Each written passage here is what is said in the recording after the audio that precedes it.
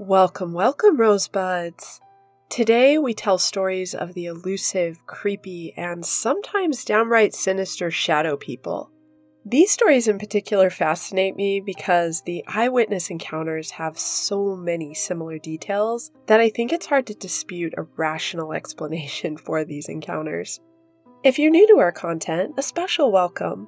I tell a batch of stories. All are true except for one that is fictional. Let yourself have fun guessing which story is the imposter, and at the end, I'll reveal which one was the work of fiction written entirely by yours truly. So sit back, dim the lights, and settle in for 7 sinister shadow people tales to tell in the dark. Story number 1, Death Prevention Omen. Please bear with me as I try to explain this since I'm still freaked out with the realization of what could have happened to me. I was waiting on this order notification for PC parts to be ready, and then I could go pick it up. It was beginning to rain heavily outside. I clearly remember looking out my front window and seeing out of the corner of my eye a huge shadowy figure, taller than the height of the door, standing in front of my front door. It was only a fraction of a second before I glanced again and saw nothing. I thought at first it might be the postman, but because it disappeared, I realized, wow, I think that might have been a shadow person. I was more amused than scared. I recall thinking to myself, haha, death paid me a visit, because the tall figure was boxy in shape and completely cloaked. I didn't pay it any more attention after the joke I told myself, and about 15 minutes later, I got a text. At 2:53 p.m., your order is ready for collection. The rain was coming down really hard at this point. I was reluctant I'd have to go through the rain with my PC parts, but it wasn't enough to deter me. I got ready to leave, then opened my front door. I noticed a single black crow's feather on my doorstep, precisely centered and pointed at me. I have no idea what the emotion was or how to describe it. I've never had a feeling like that before, the ominous feeling of dread that encompassed me as I stood there looking at this feather. I suddenly had the notion to call the PC parts business and ask them to hold my order until Friday. After I did it, I felt silly and irrational, but I convinced myself that I was doing the right thing even though I had no logical reason to. I busied myself with stuff and didn't think much on it after that. A month had passed since all of that occurred, and just now I saw an article about a truck accident that killed a man and injured others on the day I was due to pick up my parts. This large truck crashed into the cars lined up in front after pulling up behind a turning lane and failing to stop in time. I suddenly got a very heavy feeling. I decided to look into it, and I saw that it was at the intersection I would have driven through. What is the absolute freakiest part to me is that the crash happened at 3 p.m. That would have been the same exact time I would have been driving through that intersection, because I only live about 5 to 10 minutes away from the PC Parts Center. I'm absolutely convinced that whatever was on my doorstep that day warned me. I truly believe that if I hadn't decided to postpone my pickup, that would have been me, injured or possibly a fatality of 2 dead men. Story number 2. Is my mind playing tricks on me? I used to live in this really old house that was built back before the Revolutionary War occurred. There was a section of the house where the kids' room was a nursery back in that time. We basically used it for storage and guest space. None of us would ever go to that area because it would definitely feel colder and more unwelcome in there. It was one of those rooms where you couldn't be in it for an extended amount of time. Especially as a kid, being all alone would cause your imagination to run wild, and you'd get freaked out over nothing. If we had to pass through that room, us kids would run through as fast as we could, especially if the lights were off. My room was pretty much directly above it. Sometimes I would catch glimpses of what looked like things written in my mirror or see shadows out of the corner of my eye, only to turn my head and then they would shrink back out of sight. One night at like 3 a.m. in the morning, I wake up for no reason and I'm cold, like unreasonably cold for that time of year. I guess I didn't think anything of it and just tried to go back to sleep. I rolled over to face my door. All of a sudden, it slowly opens and I see a tall, dark figure step into my room. I blinked and it was gone, and the door was closed again.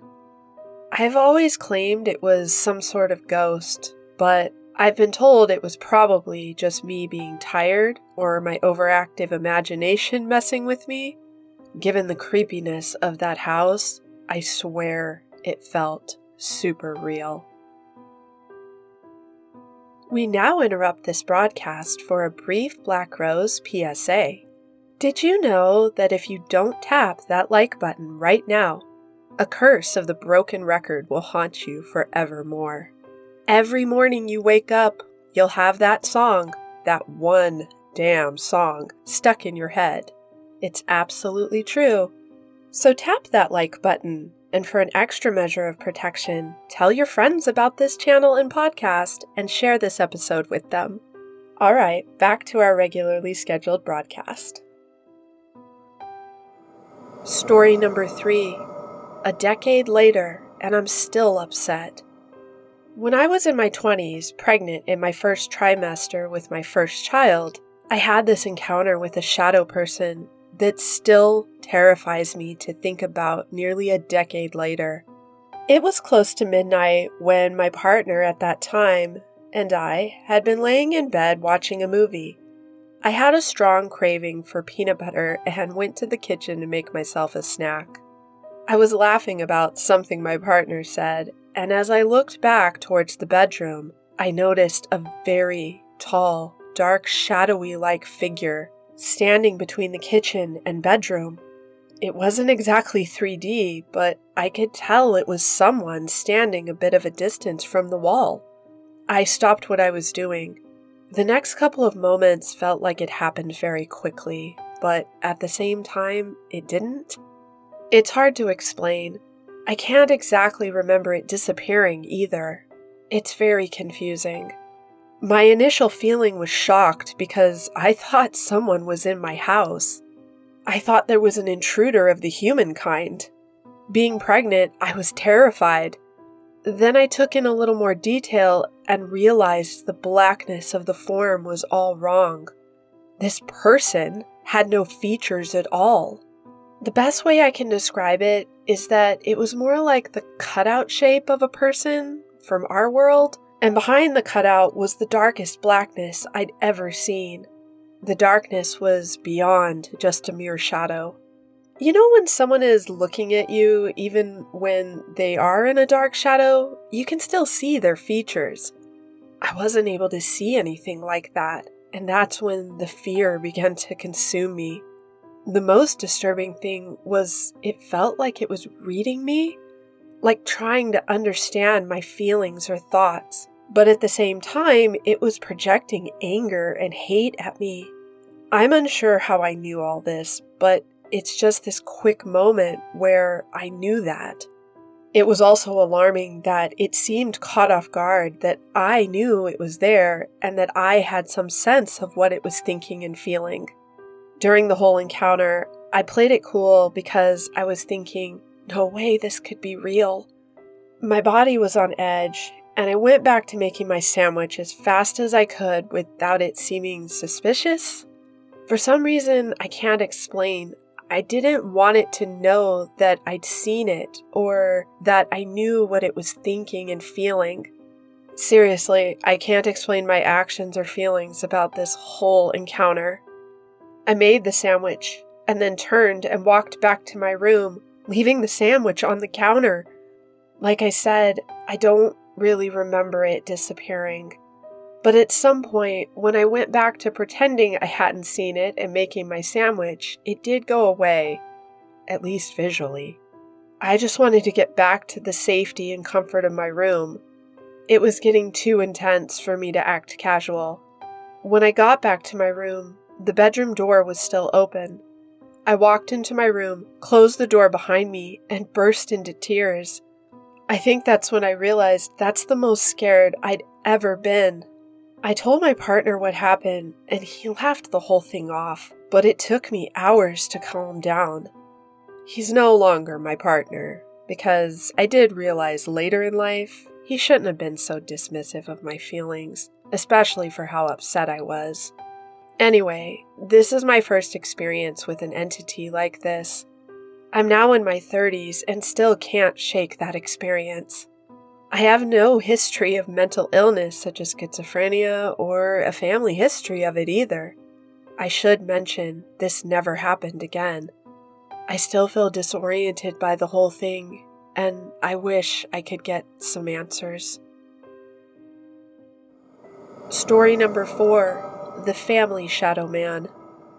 I thought whatever was watching me was gone until my little sister, who's always been sensitive to spirits, said there was a big black shadow following her around the house.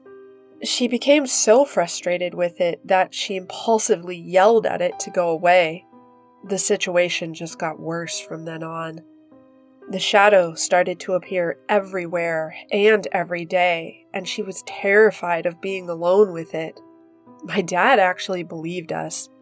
He decided to put a knife at the door of the room we shared so it wouldn't enter. For some time it worked, until one day my mom was in my room with the door closed and heard someone knocking on the bedroom door. She thought it was one of us and without thinking said, "Well, come in." None of us had knocked on the door that day. My theory is that it tricked her into letting it pass into the room. After that, I woke up because something threw the door of my room open and entered. I saw the shadow walking to my sister and putting its hands around her throat. She started to scream and I didn't know what to do. I couldn't move from the fear. The only thing I could think to do was pray. I prayed to make that thing let go of my sister. I prayed it would go away. For some reason, it worked, and the black thing disappeared. When I woke up the next day, the first thing that went through my mind was that it was all a terrible nightmare. But then, I saw the door slightly open, and I knew it wasn't. Story number 5, My 2 experiences. I've had a shadow person encounter twice, and both times I was with another person who witnessed the event as well. The first time, I was driving on the highway. It was late and a moonlit night, so we were both able to see very clearly. Albeit, it was brief when this happened, but clear. It ran right into my high beams. It was huge and blocky shaped, solid black, with glowing yellow eyes. That incident was maybe a decade ago. The second occurrence was the infamous Hat Man. This took place a couple of months ago. My buddy and I were making a little backyard campfire in the fire pit. I had my camera flashlight on so we could see what we were doing. I got this weird feeling like someone was standing behind me. I turned to look behind me and can't really see. Like my vision is obscured. I blink my eyes hard. Then all of a sudden, this figure forms into a shape and is hovering over me. I shined my flashlight on it and yelled, "Get away from me!" It took off running.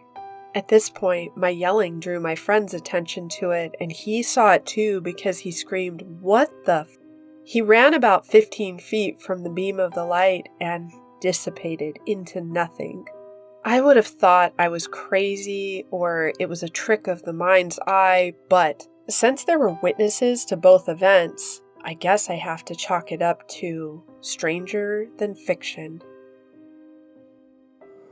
Story number 6, The Floating Shadow Man. When I was 5 years old, we moved into a new house because I was hard of hearing And we had to live in this area for a year so I could go through a string of medical procedures to help correct the birth defects I had. I did take medication during some surgeries, but it wasn't heavy narcotics in the recovery phase. I was 5 after all. But I do have to wonder if any of that medical stuff contributed to what I'm about to explain, or if it was truly paranormal. I actually lean towards it being paranormal. The new place was a duplex apartment/house setup. We'd been there for a few months, and I had my first surgery, which went well. I was laying on the couch eating some Campbell's chicken noodle soup, and I felt the room get really cold. I look up at this part of the room where I was getting this weird feeling. I was only 5, so it's hard to explain. It was like a feeling of dread or despair. I can use those words to describe it now as an adult, but as a kid who was recovering from surgery, I began to cry and couldn't explain why. My mom came running into the room, freaking out that something of a medical nature was wrong. She started asking me if I was in pain, etc. All I could say was, "I don't feel right." As was expected, my poor mom is on the phone with the doc trying to figure out what could possibly be wrong. My doctor says bring her in. Then, all of a sudden, I see this black shadow-like form of a person just floating in the corner of the room. At this point, I start crying pretty hard, and my mom scoops me up and gets me ready to take me to the doctor. Of course, as soon as I was out of the house, I began to calm down, like the oppressive feeling I had just left. Because I was calmer, I was finally able to tell my mom I saw a black figure in the room and it scared me. My mom actually pulled the car over and was quiet for a long time. I remember her being so quiet, I thought she was mad at me. Then she finally started asking me questions about my wounds that were healing. When she determined that it wasn't a medical emergency, she turned the car around and we went back home. When we got home, she moved the living room TV into the bedroom. I didn't want to spend time in the living room after that. I don't remember how it came up, but years later, my mom was having a conversation with my younger brother, who was born 2 years after my string of surgeries were done. He never lived in that duplex house. I wasn't listening to their conversation too closely until I hear the sentence, "The guy committed suicide." My ears perked up and I started asking my mom questions. She starts to tell me how there were odd things that happened to her. Shortly after I saw the black shadowy figure floating in the corner of the room, she saw it too. She'd had things happen that were odd, but could be passed off rationally until my experience and her own of actually seeing an apparition. Turns out my mother became really good friends with the woman who lived in the other side of the duplex. They kept in touch through the years, and the friend informed my mom about the property. Rarely did any of the tenants stay in that place for more than the year lease. Her friend also told her that there had been this strange guy living there a few years back. He kept to himself, but would often be heard screaming at odd hours through the wall. The friend thought he likely had severe mental health issues. One day he committed suicide. The strangest part of the story is that he hung himself in the very corner of that room where my mom and I saw the dark shadow figure. Which makes me wonder, was there something there that pushed this poor bloke over the edge? Or was the shadow apparition the tenant who had passed away?